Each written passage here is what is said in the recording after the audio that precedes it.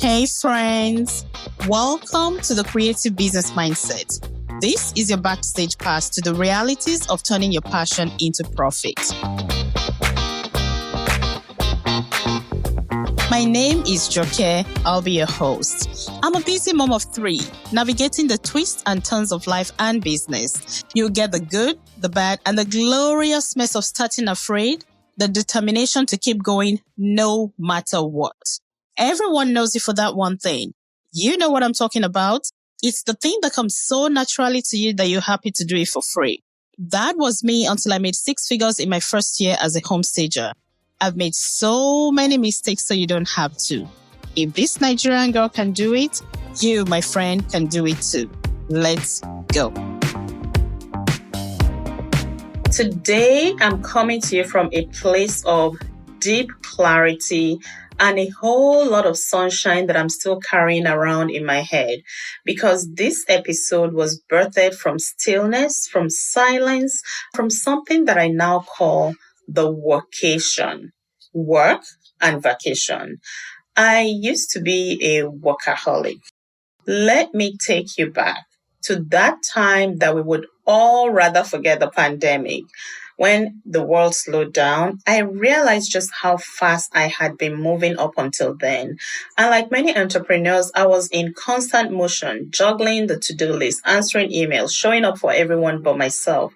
And I was reaching burnout. I used to believe that new ideas came from doing and doing more, being everywhere all at once, being there for everyone. And I was a workaholic. No, scratch that. I am a workaholic. I still lean towards being a workaholic because that part of me, I realized, doesn't just disappear, but I've learned something powerful though. Working all the time doesn't mean that I am working meaningfully, and it doesn't mean that I'm productive. And that is where Workation was born. At first, it wasn't about rest. It was about getting focused, uninterrupted creation. I would step away from my family, my team, my routine, and check into a space where I could build without the daily routine. I could think, I could dream, I could work without distractions, and I loved it. It was guilt-free work. I intentionally started to look for that time where everybody was in the house. Everybody was trying to work. The kids were trying to go to school online. I was trying to work. And my brain is wired in a way that I love to work at work. And when I'm home, I just want to be home. But the pandemic did something to me that I was very confused. And my son, who is now 17, he was also very confused because we have similar brains, and he didn't want to do any work from home. I didn't want to do any work from home. I was just frustrated. So I started to think and actually was searching for a place where I could go and work. And that is where I stumbled upon a company called Wonder, WANDER. They're not paying me anything for this. They might as well because I'm a big fan. But Wonder, what they do is they have properties in very, very nice, secluded places. And they're really nice, high-end property. And they have put in computers. They have put in monitors, microphone, internet, anything you could need to work remotely. They have built this intentionally. And it's called the Workation. And that's where the word comes from. At the time when they started, they had maybe 4 properties. Now they have tens of properties all over the world. It is really cool. You should check it out. So the first one I went to was out in Oregon, and I brought a friend with me. And we were able to actually focus. Beautiful property on the beach and all of that. And it was just easy mornings, lazy days, but working completely and fully focused. It was guilt-free work. It was purposeful, it was productive, and it was powerful.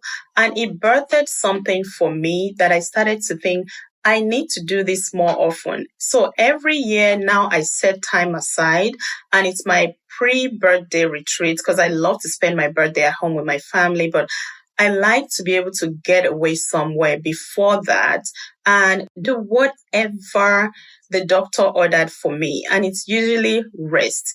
Now I'm reeling it back and I'm beginning to fully lean into actual retreating and resting and working less. And when I choose to work while I'm on vacation, I am intentional about it. My vacation started with like 3 days and then it became 5 days. And then the last time, I took like 2 weeks off.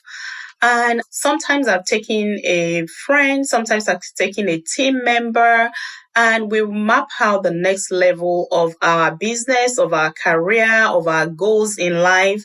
And I have come away from those things every single time. Not only am I refreshed, I have created something new or I birthed a new idea that I'm going to fly with, a new offer, a new vision, a new level that I have unlocked just by getting away, by resting. But something shifted in me recently. The very thing that once felt freeing, working on my own terms, starting to feel like a crutch. Like I was afraid to fully unplug. Because what if I miss something? What if the ideas didn't come? That's when I knew I didn't just need to step away from my team and my family. I also needed to step away from my laptop, the planner, the pressure. I needed to relearn rest. So this year, and I think a few years prior, I started to do something different, booking longer time away. I booked a wellness retreat, not a strategy retreat, not a convention, not curriculum building getaway that I've been doing in the past, a full on soul level restoration. No agendas, no KPIs, no daily deliverables, just room to be and to breathe. To remember that I built this business for this reason in the first place, to be in charge. And this is what I want to share with you. Your best ideas don't come from burnout. Never ever have I ever heard somebody get ideas from burnout. Burnout is just burnout. They don't live in your Asana board or your Canva template. They live in your nervous system where it's finally calm. They live in your spirit where there's space to dream. They live in you when you're still enough to listen. So what is the lesson here? If you're waiting until everything is perfect to rest, you're never going to get there. If you're afraid to pause because you think the business will fall apart, start small. Book one day. Staycation, workation, whatever you want to call it, a hotel down the road, but it's just you. Block off a weekend, call it whatever you want to call it, coming home to yourself.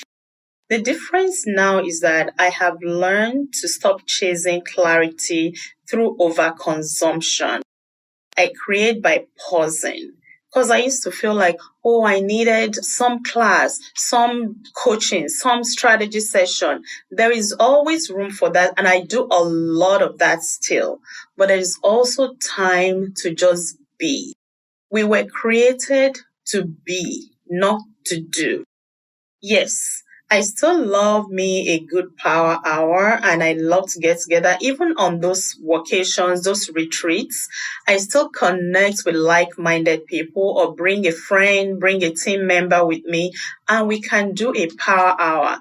I still love dreaming up courses and building offers, but now I know my worth is not tied to my outputs and rest is not a reward. It's actually a strategy. I'm learning to work when I want to and rest because I deserve it. And from that space, something beautiful is always born. So, my friend, if you've been feeling stuck, burned out, or overwhelmed, or just plain uninspired, ask yourself, when was the last time you were alone with your own thoughts? Without a screen, without a task, without an expectation, without a goal. That might just be where your next big idea is waiting in the middle of rest when you can hear that still small voice. There is a Bible passage that says, "Be still and know that I am God." In your stillness, your spirit will pick up things that you need to get to the next level that you can then use strategy to birth. But I think it's really important for us to slow down and key into whatever that is. All right, my friends, if this episode resonated with you, would you do me a favor? Share it with a friend who is overdue for a pause. And if you're ready to design your own version of Workation life, I've got something cooking that will help you build rest into your business model without losing momentum. It's a wrap.